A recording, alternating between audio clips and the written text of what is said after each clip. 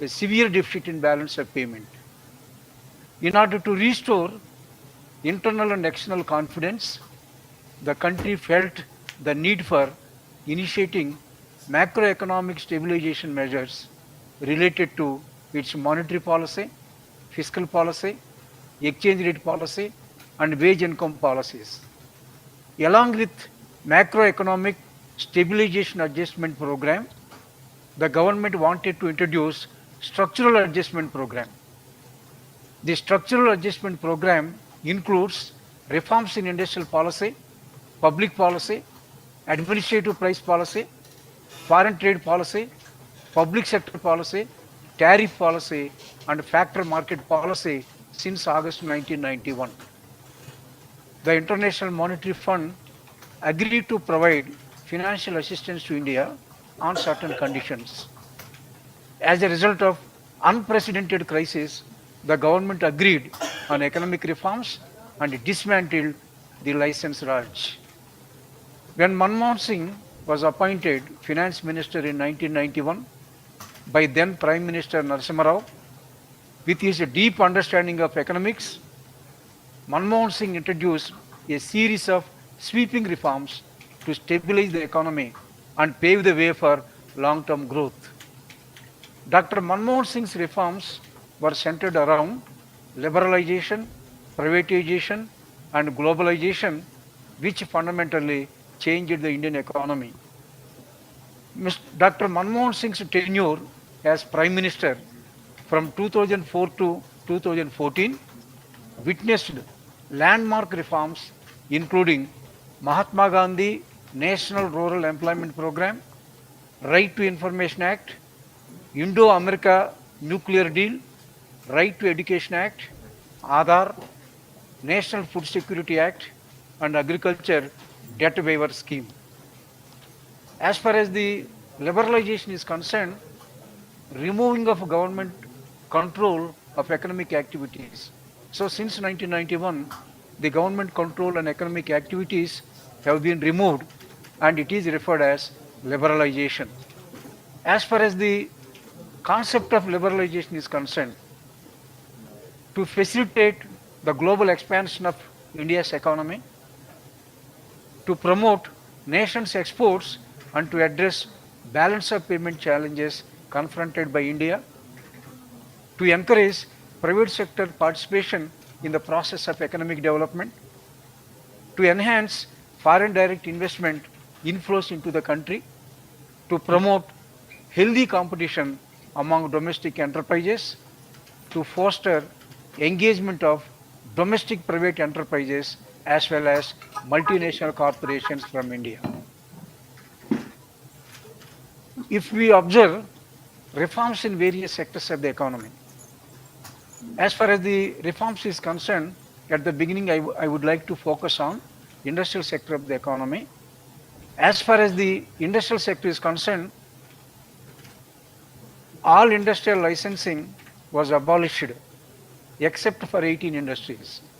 Before 1991, government exercises control over the licensing.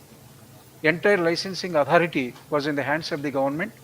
But as part of economic reforms, the licensing was abolished except for 18 industries relating to security and strategy concerns, social sectors, hazardous chemicals. But actually at present, only 5 industries are subject to licensing. Reservation of items for small scale industries reduced gradually since 1990. The number of items reserved for small scale industries reduced from 836 in 1996 to 21 at present. As part of industrial reforms, the number of items reserved for small scale industry has been reduced from 836 to 21. Monopolies Restrictive and Trade Practices Act was repealed to eliminate the need for prior approval for capacity expansion by companies. Manmohan Singh government promoted policies to attract private investment in industries, infrastructure, and services. India has witnessed more private sector participation. It has contributed for more economic growth and job creation. As far as the financial sector reforms are concerned, the financial sector witnessed substantial changes to improve efficiency and competitiveness. Cash reserve ratio and statutory liquidity ratio have been reduced drastically. These measures allowed the banks to lend money more freely. The licensing requirements for bank branches were eased and interest rates were also deregulated. So before 1991, as per the directions of Reserve Bank of India, scheduled commercial banks used to fix the rate of interest. But as part of reforms, the commercial banks have been given freedom to have their own interest rates based on the market forces. So licensing requirements for bank branches, easing of licensing requirement for bank branches, and interest rate deregulation created a more competitive and efficient banking system. Reserve Bank of India introduced new prudential norms in respect to income recognition, classification of assets, provision of bad debts, and capital adequacy ratio. And commercial banks were allowed under private sector. As part of economic reforms, the government has allowed the private banks also into the banking industry. The foreign institutional investors were allowed to invest in capital markets. Before 1991, foreign institutional investors are not allowed to invest in the Indian capital markets. But as part of economic reforms, the foreign institutional investors were allowed to invest in Indian capital markets. Securities and Exchange Board of India was established to regulate and develop the securities market. Before 1991, the government exercised control over the functioning of the capital market. Now the SEBI was established, and SEBI was given the responsibility of regulating and developing the securities market. The National Stock Exchange introduced electronic trading in 1996. It has replaced the traditional open outcry system. Implementation of Depositories Act in 1996, it has ensured the safe and efficient transfer of securities by the depositors. And private mutual funds were also allowed in financial sector of the economy. And if we look into the fiscal reforms, the tax reforms were part of new economic policy implemented in 1991 by Manmohan Singh. The highest marginal rate of personal income tax before 1991, the personal income tax was at 56%. So the personal income tax has been reduced from 56 to 40%. Corporate income tax for publicly listed enterprises reduced from 51.75% to 46%. So as because of reduction in corporate income tax, the investment in Indian industries have been raised. The average customs duty was reduced from 200 to 65%.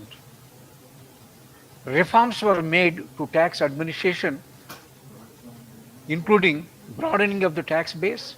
Tax base has been broadened, and the tax structure also has been simplified. As because of broadening of the tax base, simplifying the tax structure, the entire tax system has been improved in India. The next one, the trade and investment policy. Here, As part of trade and investment policy, export houses and trading houses were allowed to import a variety of goods. Actually, the new concept of export houses and trading houses were allowed to import a wide variety of goods, full convertibility of rupee in trade account. Trade account shows the transactions related to goods, current account related to the goods and services transactions.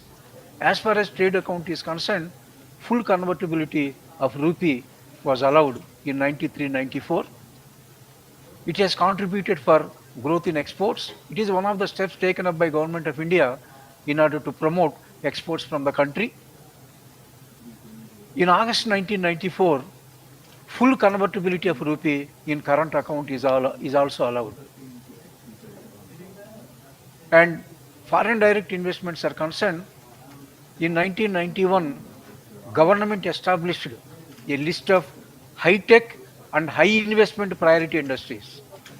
As far as high-tech and high priority industries, high investment priority industries are concerned, in those industries, 51% of the foreign direct investment has been allowed. And the government has set up Foreign Investment Promotion Board. The Foreign Investment Promotion Board was set up to approve foreign investment in certain sectors of the economy. Superstar trading houses were introduced in 94-95 trade policy, and imports were liberalized. The liberalization, as far as the imports is concerned, it has helped the Indian industry to build competitive production possibilities. These are the various reforms in as far as trade and investment policy is concerned. Now, just I would like to focus on the key initiatives by Dr. Manmohan Singh as Prime Minister during 2004 and 2014. Dr. Manmohan Singh introduced measures to strengthen the Indian banking industry.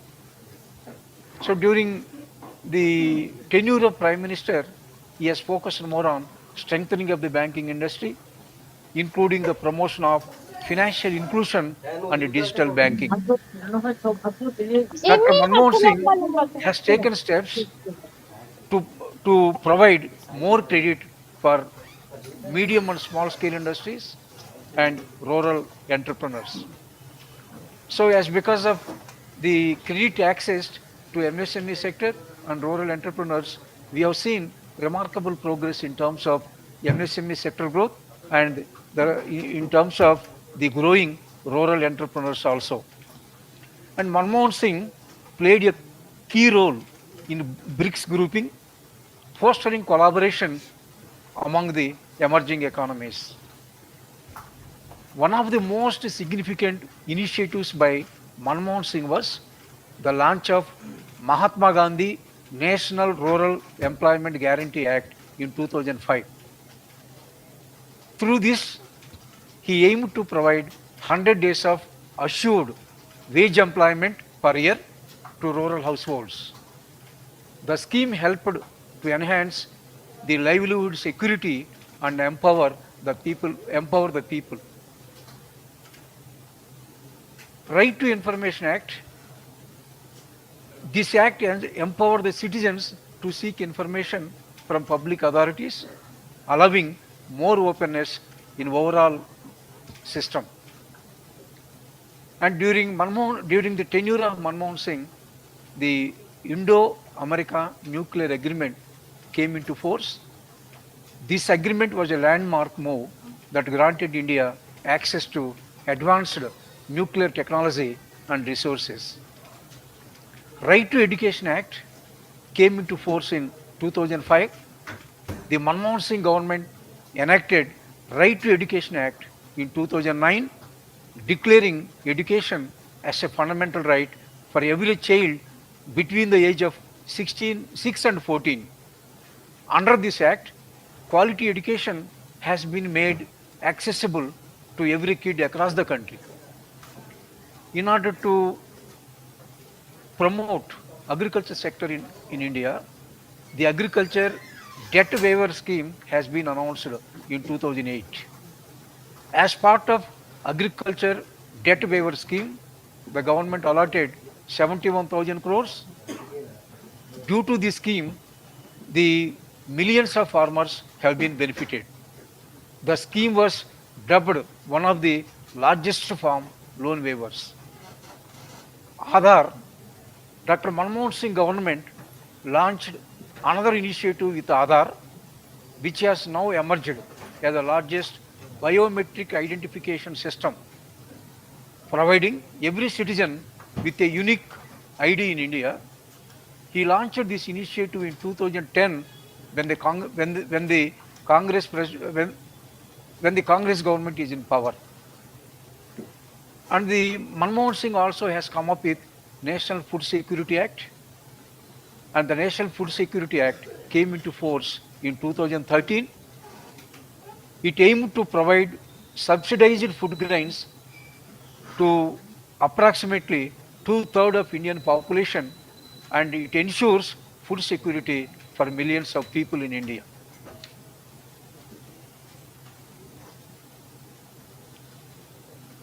As far as the socio-economic transformation is concerned,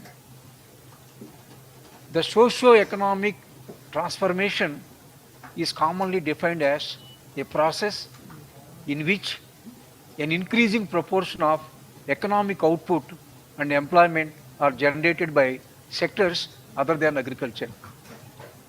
So during Manmohan Singh regime, we have seen socio-economic transformation. The economic output, in terms of economic output and employment, the share of agriculture was declined and the share of remaining two sectors has been improved. Dr. Manmohan Singh transformative policies not only steered the nation away from a severe financial crisis, but positioned India as one of the fastest growing economies. The policies introduced during the tenure of Manmohan Singh as finance minister in the early 1990s and as prime minister from 2004 to 2014 influenced the industrial growth. Not only the industrial growth, the entire overall GDP growth of the economy has been accelerated during Manmohan Singh regime.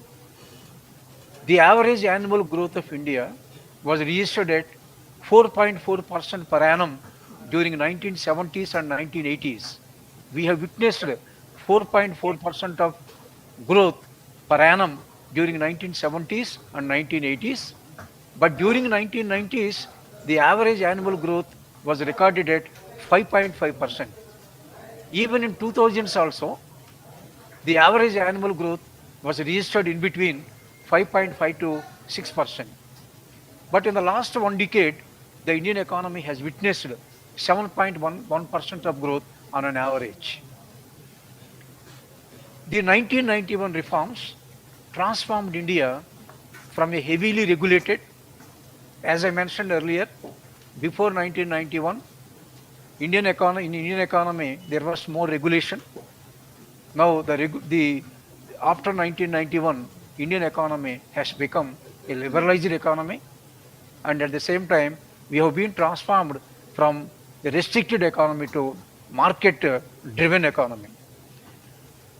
India was emerged as a global economic power, and the reforms that were adopted during Manmohan Singh regime boosted the industrial growth, exports, and foreign investments.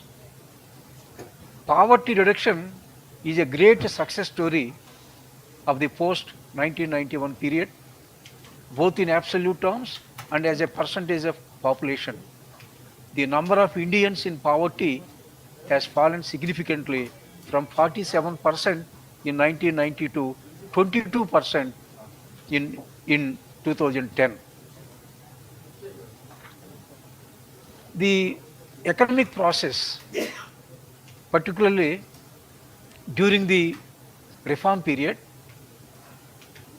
the economic reform process has come a topic of intense discussion among the economists, policymakers, and scholars. Dr. Manmohan Singh reforms laid the foundation for sustained economic growth. These policies attracted foreign investments, created new industries, as because of liberalization, number of multinational companies have entered into India and engaged in the production process. And we have also seen remarkable progress in terms of exports also. And job opportunities have been expanded, poverty was declined, and India was transformed from a restricted economy to market-driven economy. However, significant strides have been made since 1990s. There remains a consensus that the journey of economic reforms in India is far from complete. Critics argue that Dr. Manmohan Singh model is a partial reform model. Partial reform model. According to critics, certain sectors and aspects of the economy have been liberalized, other remains under tight state control. Only some sectors only have been benefited due to the reforms, and some sectors were lagging behind in terms of development. It has led to inefficiencies and stunted growth. Critics argue Dr. Manmohan Singh policies led to growing inequalities.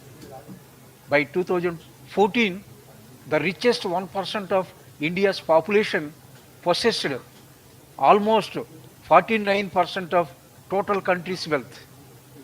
49% of total wealth, total country's wealth was in the hands of only 1% of the richest sections of the people. It clearly reflects growing income inequalities in the country. And during Manmohan Singh regime, we have that as part of economic reforms, privatization has come up in a big way. There was too much emphasis for privatization. Due to too much emphasis for privatization, the redistribution system was weakened, and it has limited the job opportunities, particularly for marginalized sections of the people in the society. Critics also argue that Dr. Manmohan Singh policies encouraged labor flexibility. As because of labor flexibility, growth of employment in informal sector has been raised. As of 2012, more than 90% of the India's labor force was engaged in informal sector, where employees faced a lack of job security and social safeguards. So from this we can say only the proportion of the employment provided by organized sector in the total employment was only 10%. Informal sector alone accounted for 90% of the employment opportunities that are available in 2012. Agriculture sector was overlooked, and the proportion of GDP fell from 32% in 1991 to 17% in 2014. So during the reform period, the agriculture sector was completely neglected. The agriculture contribution to national income also declined from 32% in 1991 to 17% in 2014. According to National Crime Records Bureau, more than 3 lakh farmers' suicides occurred from 1995 to 2014. So from between 1995 and 2014, 3 lakh farmers committed suicide due to growing debt burden. During the Manmohan Singh regime, the government has come up with some policies related to contract farming and corporate farming. So policies that promote contract farming and corporate agriculture, these two kinds of farming systems pushed the small scale farmers to marginal farmers, worsening the agrarian crisis. Regions such as Bihar, Odisha, and Jharkhand experienced minimal advantages from economic reforms. So, due to economic reforms, some regions only have been benefited, some regions are lagging behind. So, as a result, we have witnessed regional inequalities across the country. Critics argue that Singh's economic strategies promote crony capitalism, favoring corporate interest at the expense of public welfare. Due to large industrial projects, India lost more than 1.5 million hectares of forest area between 2001 and 2014. So during 2001 and 2014, as because of allowing more industrial projects, we lost nearly 1.5 million hectares of forest area. I am concluding my presentation by highlighting reforms during Manmohan Singh regime changed the course of the economy and its performance because of 1991 economic reforms and continued support for them afterwards. So after that, just we have witnessed second generation reforms and third generation reforms also. So all these reforms transformed the Indian economy as the fastest growing economy. Dr. Satyanarayan Singh to share his insights on the legacy of Dr. Manmohan Singh in higher education of India. Dr. Satyanarayan Singh is a distinguished researcher and esteemed academician. He currently serves as Associate Professor in the Department of Business and Management at the Institute of Advanced Research, the University for Innovation, Gandhinagar, Gujarat. His career is marked by significant accomplishments across prestigious national and international institutions, with extensive contributions to the fields of economics, business environment, and corporate law.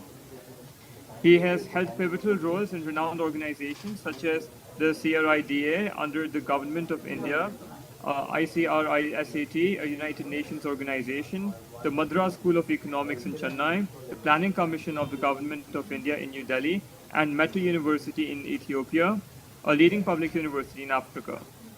As a visiting scientist at ICRISAT, he contributed to globally impactful projects.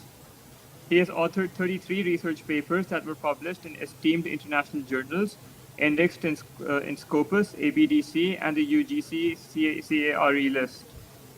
His research has received wide recognition with a citation count of 358, an H index of 10, and an I-10 index of 11. Additionally, he is the author of the book Domestic Regulations and GATs and Environmental Service in India.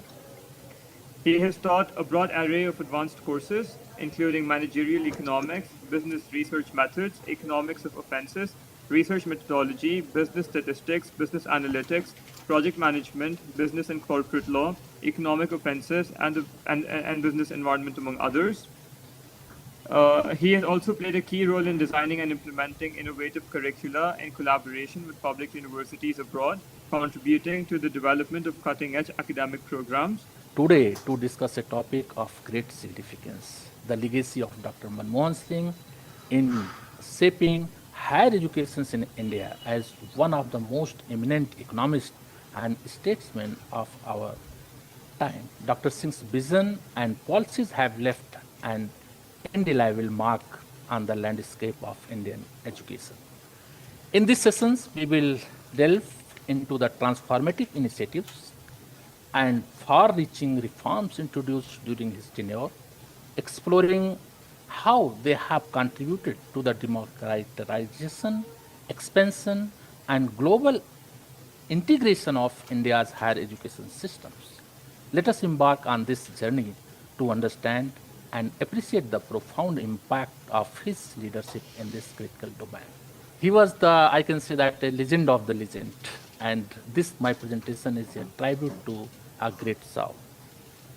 Now, small, let's start with his brief, that academic background, because my topic is related to the education.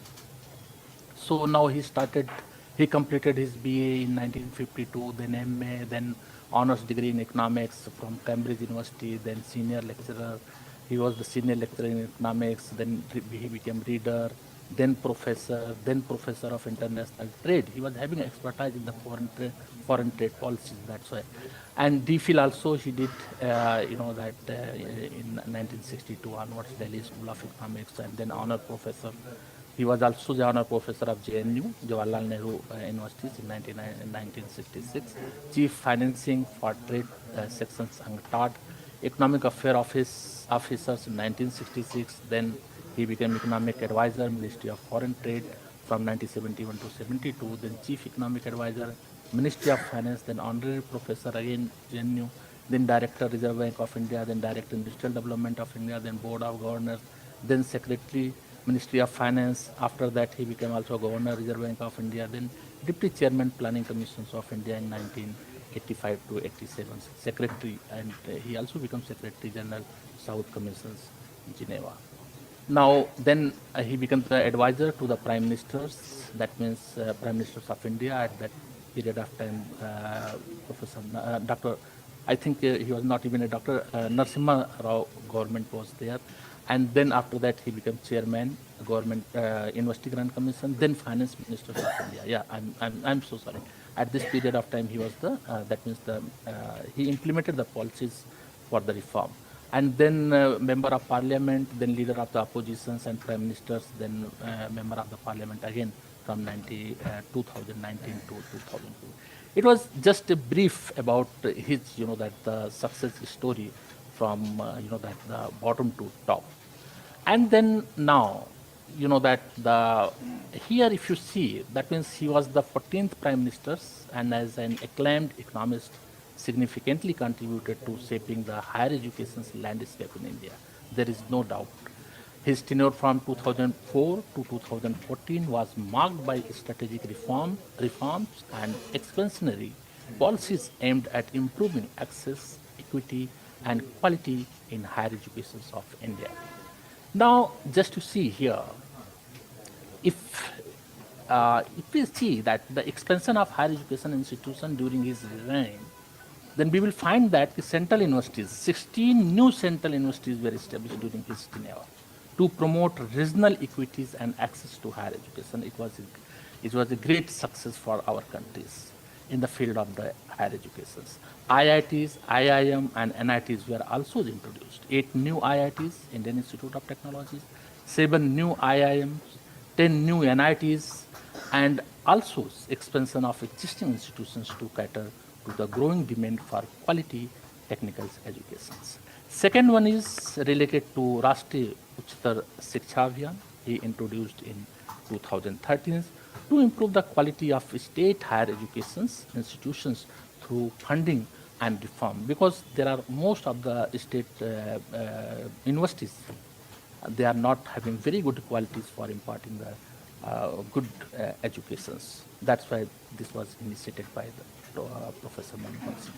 Focusing also on infrastructure development, because there are no infrastructure for the institutions, for the higher academic universities, faculty improvement, and also he also contributed a lot for the research development and promotions. Higher budget also were allocated for during his period of time. During his tenure, the education budget saw a threshold increase with the significant portions allocated to higher education. Allocations for higher education under the 11th five-year. Fortunately, I was in the planning commission during the 11th five-year plan, 2007-2012, was 84,943 crore compared to the 27,000 crore in the 10th plan. Focus on inclusivity was also one of the issue that he has given a priority on that. So reservation for OBC, other backward classes in higher education, institution was implemented, ensuring greater inclusivity, scholarship and fellowship for marginalized communities, and economically weaker sections were also increased significantly. Globalization of higher educations. Nowadays, that we can see that there are so many foreign universities, even in India, and also easily we can also go to abroad, and everything has become very easy because of the efforts taken by the Professor Manmohan Singh. Globalization of higher education was also one of the issues at that period of time. It was a very big issue. And policies encouraging collaborations with foreign universities to enhance research and innovations, promotion of exchange program for students and faculty to boost international exposures, and also established of bodies for quality and research. National Knowledge Commission was established formally in 2005 to recommend strategies for improving knowledge institutions and infrastructures. Even he has also given more, that the importance on the innovation kind of research. Innovative innovation universities also were given priorities, proposed to create world-class universities focused on cutting-edge research. Promotion of research and innovations, increase funding, because funding is required for the research. That's why he has given lot of, that the importance on these issues, increased funding for research through a scheme like innovation in science pursuits for inspired research program, and strengthening of apex bodies like UGC, AICT, and NAC to promote a culture of quality in academics as well and research as well. Digitalization was initiated during his period of time, or even 2 or 3 years before, and he has given priorities on this national mission on education through information and communication technology, NMEICT, launched to provide affordable and inclusive education through online platforms like NPTEL as well as virtual labs, and emphasis on ICT infrastructures to bridge the digital divide in higher education. So these are nowadays we can get the degree from the that the Cambridge University or even Oxford University while sitting in India or even while sitting in our home. So policy framework was also that recommendation initiated discussions for the new education policy to align with global trends and promoted liberalizations and of for better governance. Gross enrollment ratio, because these are the indicators of measuring the performance. So during his regime, the gross enrollment ratio increased tremendously from 11.6% in 2005-2006 to 21.1% by 2012 to 2013, just double. World ranking institutions like IITs, IISCs, and IIMs gained global recognitions during his period of time. So altogether, we can say that his period of time was laid the foundation for a more inclusive, expensive, and quality driven higher education systems in India as well. And he focused on capacity building, internationalizations of educations, and digitalizations. Digital transformations has had a lasting impact on India's knowledge economy. And if you see that here, some data I would like to explain, because all these are the indicators that measures directly the performance. And system in India experienced significant growth in terms of enrollment. It is already increased in 2006, and in 2013-2014 it became 21.1%, just double. Total enrollment, if we can compare that 2004-2005, it was approximately 10.5 million students, but in 2013-2014 it was approximately 29.6 million students, nearly threefold increase in total enrollment. Gender parity index also indicates a tremendous growth, improved from 0.81 2004 to 2005 to 0.93 in 2013 to 2014, showing enhanced participations of women in higher education. So these are the the remarkable achievements during his period of time, particularly in higher education. Number of higher education institutions also expanded significantly. 2004, 2005, it was only 17,000 institutions across the country, but in 2013, 2014, over 38,000 institutions, including universities, colleges, and standalone institutions across the countries. Expansion of institutions, that means during his period, created approximately 16 new central universities, stabilized establishment of several IITs, IIM, NITs across the country, and special focus on underserved regions to reduce regional disparities in access to higher education. And I think each and every state is having one central university nowadays, one central university, one, that the IIM, and at least one IIT or even NIITs. Focus on inclusivity was the major priorities because he introduced the reservation policies for the backward classes in higher education. Scholarship, financial assistance also were given top priorities. Public spending, 10th five-year plan, it was 27, then 11th, it was 84. And rural and regional access, that is very important because India is a backbone of the agriculture sectors. That is still most of the people depends on the agriculture for their livelihood.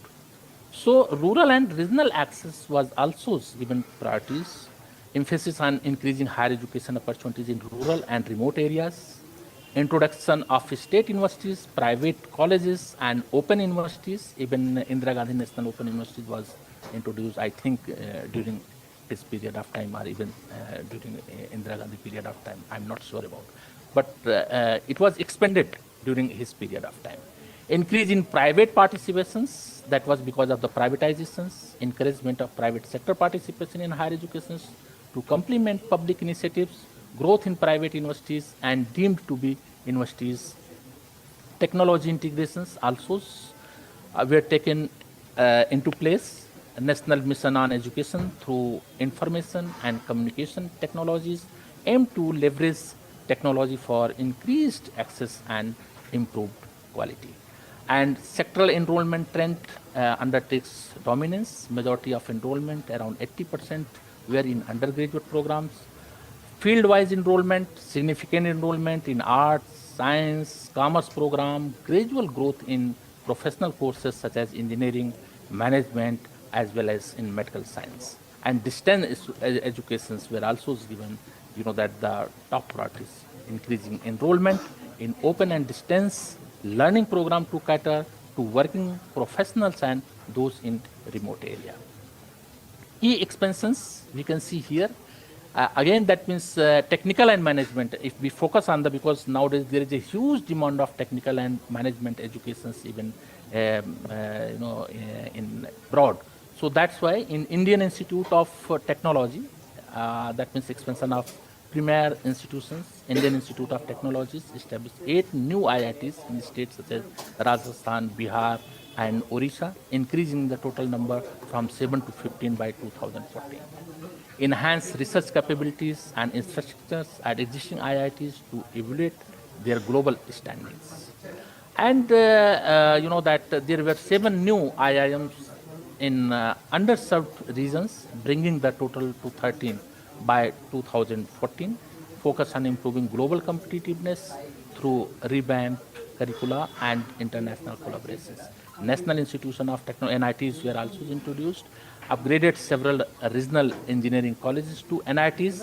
It was not a very easy task, and even focus on producing technically skilled graduates with global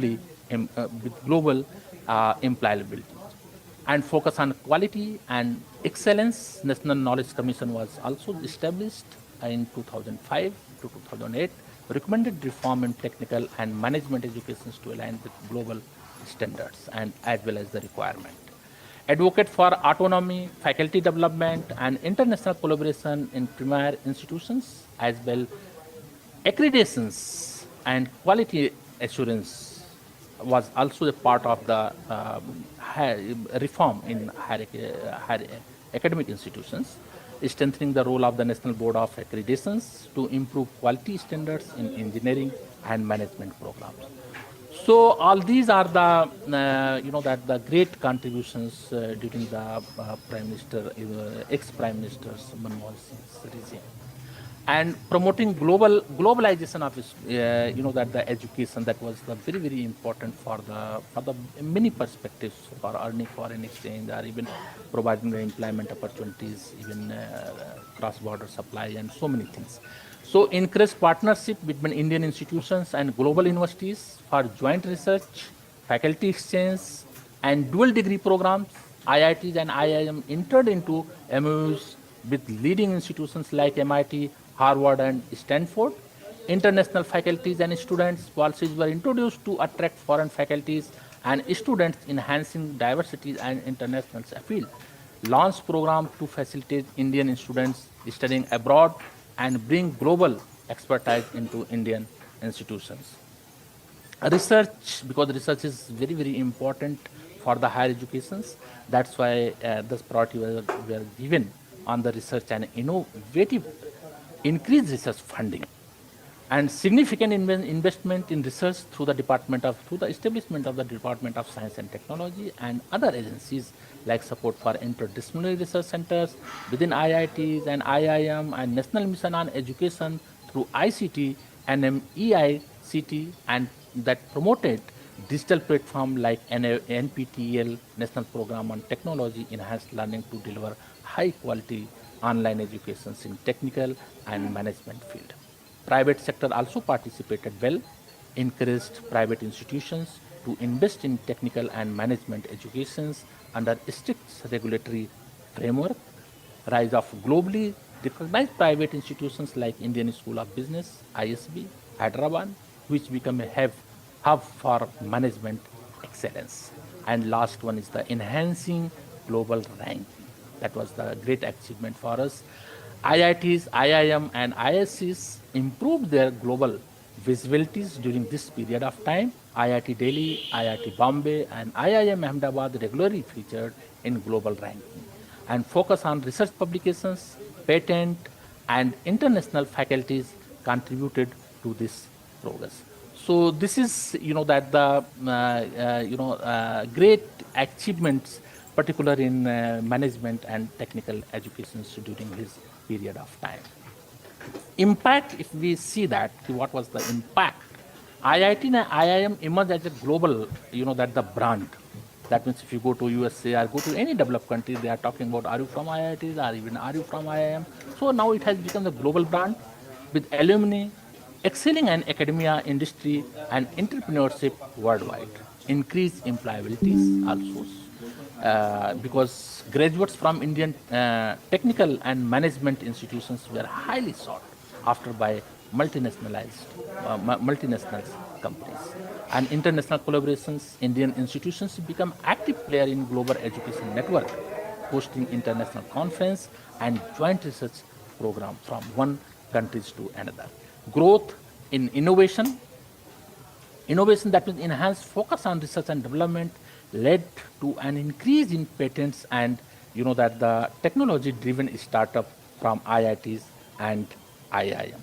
So these are the that the great outcomes and impact of his initiatives for the development of higher education in India. Now here channels, if we see that here ki exchange generations during Manmohan Singh era, so enrollment of international students also, that India became a preferred destinations for students from developing countries, particularly in South Asia, Africa, and Middle East. Even with the collaboration of all South Asian universities also established in Delhi, and because India became that the preferred destinations for the students from all these regions, that the of Asia, even Africa and Middle East. Premier institutions like IITs, IIM, and private universities attracted students for technical and management programs. Joint research initiatives with global institutions brought foreign grants and funding into Indian universities and research bodies. And third one is export of educational services, because there is a services nowadays, even in GDP, the highest contribution of the services. Program like distance educations and online courses generated revenues from international participants, and Indian alumni network, highly skilled Indian graduates contributed to global industries, leading to remittances and international collaborations. So year-wise data also indicates something. That means we have also to see what are these. So 2004, 2005, international students were approximately 20,000 or more than. Foreign exchange earnings, it was estimated $500 million. And in 2005, 2006, increase in students from 20 to 23,000.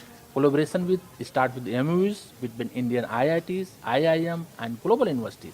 In 2006-2007, NMEICTs launched National Mission on Education through ICTs, enabled global enrollment in online courses like NPTEL, earning approximately $50 million from international students. 2007-2008, again, this tremendously enhanced enrollment boomed to over 28,000 international students. And foreign exchange earning also increased, estimated to $700 million. So focus on South-South cooperations, attracting students from Africa and Southeast Asia. In 2008-2009, research collaborations, funding from international organizations like World Bank and European Union, foreign exchange inflows from research grants reached approximately or even more than $150 million. And 2009 and 10, rise of private institutions. Institutions like ISB Hyderabad attracted global students for executive MBA programs, contributing over $100 million in revenue. In 2010 and 11, international students exceeded 35,000, earning crossed $1 billion for the first time. Policy changes streamlined visa process for international students. 2011 and 12, global rankings, IITs, IIM gained prominence, attracting higher enrollment from developed countries even. Launched of dual degree programs with foreign universities increased foreign exchange revenues. In 2012-2010, massive open online courses started. Expansion of digital platforms led to global participations, and revenues from online education reached to $200 million or even more than that. In 2013-14, international students increased. Now you see at the end, increased approximately 45,000, and foreign exchange earnings surpassed $1.5 billion. And now programs like Study in India were piloted to boost India's education's brand globally. So this was the main, that the attraction of, that the attention during his period of time, particularly in higher education in India. Internationalization of education, foreign exchange also, we can see that he attracted students from over 160 countries and generated significant foreign exchange through tuition fee, living expenses, and associated spending. Collaborative research also, you can see that here, research grants from institutions like MITs, Stanford, and the EU directly brought foreign funding. Online education platforms like NPTEL, IGNOU's distance programs earn consistent revenue from the international user. So these are the significant, that the improvement. And socio-economic aspects of education policy. If we see here, socioeconomic, because this is very important altogether. All these reforms going to ultimately affect the socioeconomic, that the status of the people. So first we have to start from the increase in literacy rate. Now you see in 2001 census, literacy rate was 64.8% in our country. That was rose to 74.04% in 2011 census. Growth was driven by the programs like Sarv Shiksha Abhiyan and the Right to Education Act 2009, as Reddy sahab just now explained. Higher gross enrollment rate, it was 11.6, then became just double in 2013-14, 21.1. Employment and income growth, that is important, we have to see here. He enhanced technical and management education, increased the employability of graduates. IITs, IIMs produced globally competitive professionals. Employment in IT and engineering sectors surged, contributing to India's gross domestic product growth. Per capita incomes, now you see that here it is also tremendously increased from 24,143 rupees to 68,757 rupees from 2004-2005 to 2013 to 2014. Technical education and industry growth. That is also sector-wise contribution. We can also see here the expansion of IITs, NITs, increase the supply of skilled engineers and scientists, not only in India, even across the globe, and growth in IT and tech-driven sectors. India became a global IT hub, contributing to foreign exchange earnings and employment. Management educations, IIMs graduate excellent in entrepreneurship and leadership role. The rise of private business schools complemented public institutions catering to industry needs. Even rural development midday meal scheme was launched, improved school enrollment and retentions, especially for girls and marginalized communities. Vocational training programs enhance rural employabilities. And growth in this is already I have given year wise 2004 2005 GER, that means gross enrollment ratio, it was 11.6, then 15.1 in 2007 2008, then it has become 18.8 in 2010 and 11, and then ultimately it has come to the 21.1 in 2013 and 2014. Literacy rate also increased from 2000, that means from 64.8% to 74.04% from 2001 to 2011. Employment in technical sectors, it was 1.2 million, that is measured in million, and in 2014 it has become 3.5, three times more than in 2004. So challenge as what was the major challenge during his period of time? Regional disparity was one of the challenge. New institutions in undeserved states reduced regional inequalities. Gender disparities, that was also reduced from 0.81 in 2004 to 0.93 in 2013 and 14. Poverty elevations also. Education-led employment reduced. Poverty rates 37.2% in 2004 to 21.9% in 2011. As well, economic growth, long-term socio-economic prosperities, education policies contributed to India's GDP growing at an average of 7 to 8% during the decade. And Human Development Index, if you see that, it is also increased. That means from 0.51, it was in 2005, and now it has become 0.586 in 2014. Innovation and research also increased funding from RD, fostered innovations, and IITs and universities contributing to patent and startup. Summary table of key outcomes, all these are the key outcomes I already explained to you. Growth in percentage given, higher education GRA 82%, literacy rate 14%, employment in IITs 192% increase. Per capita income also increased 185%, and poverty rate reduced by 41% during his period of time. So these are the just graphic visual explanation about my data, whatever I explained just now.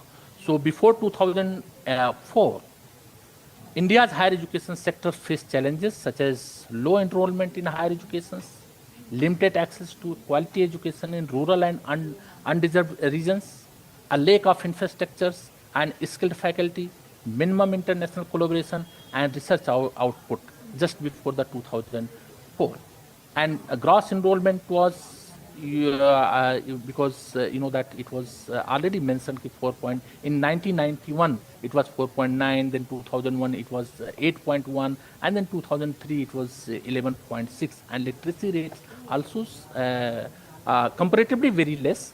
In 1981 it was 43.57, 1991 it was 52.217, and in 2001 64.84%. Number of institutions was also comparatively very less. In 1990 it was only 184 universities in our countries, but in 2000 and 2004 2000 it became 254, and in 2004 it is again 343. There is not that much of increase as we saw during the regime of the Dr. Manmohan Singh in the universities as well as in the colleges. And then all these are the indicators, and this is also the during before the 2004. All these are the data indicating the our status. And with this, I conclude my presentation, and I thanks to all of you, especially Dr. Reddy and Quadri, for giving me these opportunities for participations and giving, that the lectures on this particular significant topic. Thank you.